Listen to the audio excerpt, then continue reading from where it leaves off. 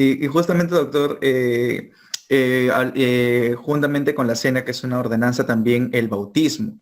Quisiera preguntarle justamente sobre el tema de cómo se desarrolló a lo largo de la historia el catecumenado, ¿sí? Para el bautismo en los primeros siglos, ¿no? O sea, y no solamente en los primeros siglos, sino a lo largo de la historia, porque hasta donde yo estaba leyendo, se hacía referencia de que para los primeros cristianos era suficiente, justamente este libro, era suficiente solamente inclusive la Didaché, ¿no? Que comenzaba con los dos caminos, se dividía en 16 capítulos, que era básicamente de carácter moral y también litúrgico, ¿no? Para poder, como vamos a decirlo así, enseñar a los primeros convertidos. Pero habla en el segundo ciclo que se necesitaban más cosas. ¿Me podría explicar más o menos o profundizar sobre cómo se desarrolló esta enseñanza? Bueno, en el libro de Hechos, ¿verdad? Usted ve que se predica Pedro y se bautizan varios miles. Enseguida, no se dice que pasaron preparación, nada de eso. Y claro, eso se entiende porque esa gente eran judíos. Y los judíos sabían que hay un solo Dios, sabían que ese Dios tiene ciertos principios morales, ¿verdad? Eh, Sabían la historia de Israel, sabían del Mesías, no sabían que Jesús era, pero sabían del Mesías, sabían de todo eso. Entonces, cuando una persona que es judía, que, que se ha formado en el judaísmo, que conoce la historia toda de Abraham, etcétera, etcétera, dice, yo acepto a Jesús como el Mesías, pues pueden enseguida bautizarse, no hay que enseñarle nada nuevo, muy poca cosa nueva. En el Nuevo Testamento, la mayor parte de la gente que se convierte son o judíos o lo que los judíos llamaban temerosos de Dios. Una cosa que no sabemos muchas veces, nos olvida, es que en el siglo I el judaísmo era una religión tan evangelizadora, tan buscando discípulos como el cristianismo. Y lo que pasaba entonces cuando una persona se interesaba en el judaísmo empezaba a asistir a la sinagoga.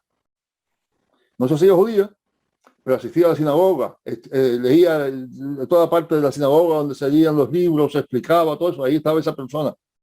Y esa gente los llamaban temerosos de Dios. Esa gente ya, sí, mira, cuando Pablo dice, me vuelvo a los gentiles, nos volvemos a los gentiles, y usted sigue leyendo, se da cuenta que no se fueron a los gentiles, se fueron a la sinagoga. Hay una sola o dos lugares en los que Pablo habla a los gentiles, allá en Atenas, pero en los demás lugares llega a la sinagoga. Y en la sinagoga predica, lo que predica es, ahí en el capítulo 13 se ve claro, está diciéndole, vosotros hijos de Abraham y los que entre vosotros teméis a Dios. Son dos grupos. Y esa gente son la gente que se bautiza. Y claro, esa gente también se puede bautizar enseguida porque llevan ya años en la sinagoga.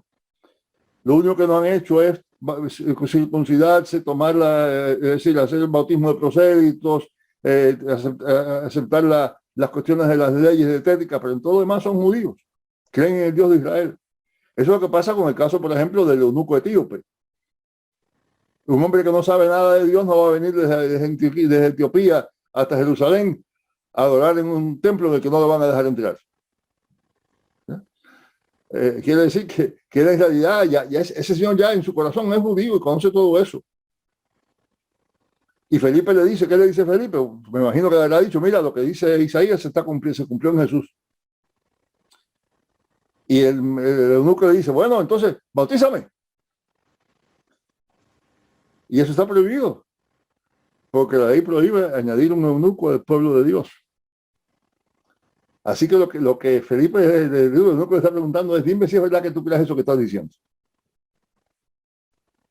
Y al bautizarle lo que está diciendo es si tú eres, se está cumpliendo, porque hay una promesa también allá en Isaías 3 capítulos después del 53, en que dice que los eunucos serán también añadidos.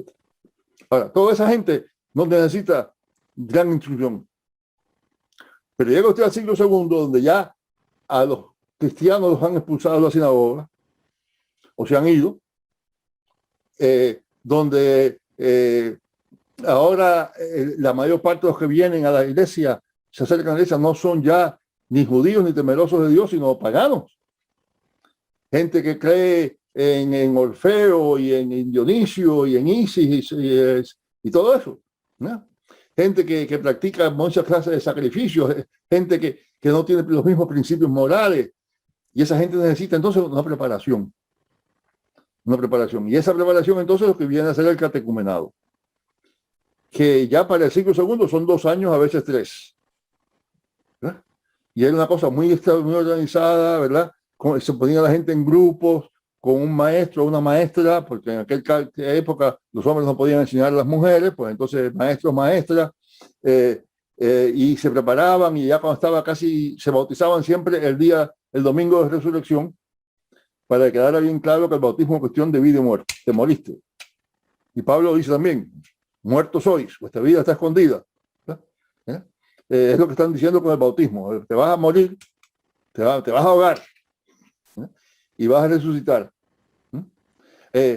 Ahora, puedo hablar después más acerca de esa ceremonia, que es interesante, pero eso es lo que era el catecumenado. Ahora, cuando llega el momento en que todo el mundo se hace cristiano, después de Constantino, pues entonces ya se piensa que la sociedad te va a enseñar lo que es la fe cristiana, no necesita mucha explicación. Ya los dioses paganos, si siguen por ahí, por lo menos están medio escondiditos. Y quiere decir que entonces ya eso se va haciendo más difícil, no hace falta. Y aparte de eso se hace difícil, porque si usted tiene una iglesia donde había 50 personas y cada año entraban 15, pues usted tiene que prepararlo. Pero si está en una iglesia que tiene ahora, digamos, 100 personas y vienen 5.000, pues ¿cómo usted le para a esas 5.000 personas para bautizarse? De manera que fue una combinación de la situación nueva, tanto religiosa como la cuestión de números, sencillamente. Eso fue el catecumenado. Eso se perdió tan pronto como la iglesia se hizo más fuerte, cuando se llegó a combinar la fe cristiana con la sociedad, ¿verdad? La iglesia con la sociedad civil, y quedó nada más que para gente que se convertía allá de algún país lejano, para algún judío que se convertía, etc. Pero en realidad se perdió. Cuando llegaron los misioneros evangélicos a América Latina, era una situación muy parecida cuando Pablo andaba con los temerosos de Dios. Porque la gente en América Latina sabía que hay un solo Dios. Sabía que hay una Biblia. No lo habían visto quizá, pero sabían que había una Biblia. Sabían de la Trinidad.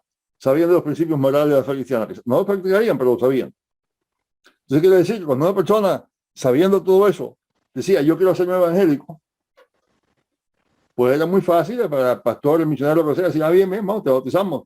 Aprende 4 lecciones sobre nuestra iglesia y el mes que viene te bautizamos. A mí lo que me preocupa es que hoy eso está cambiando.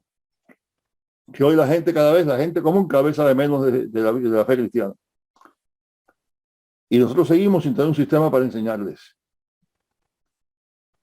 Y crecemos como la espuma. Pero la espuma también tiene el peligro de que el viento se la lleva.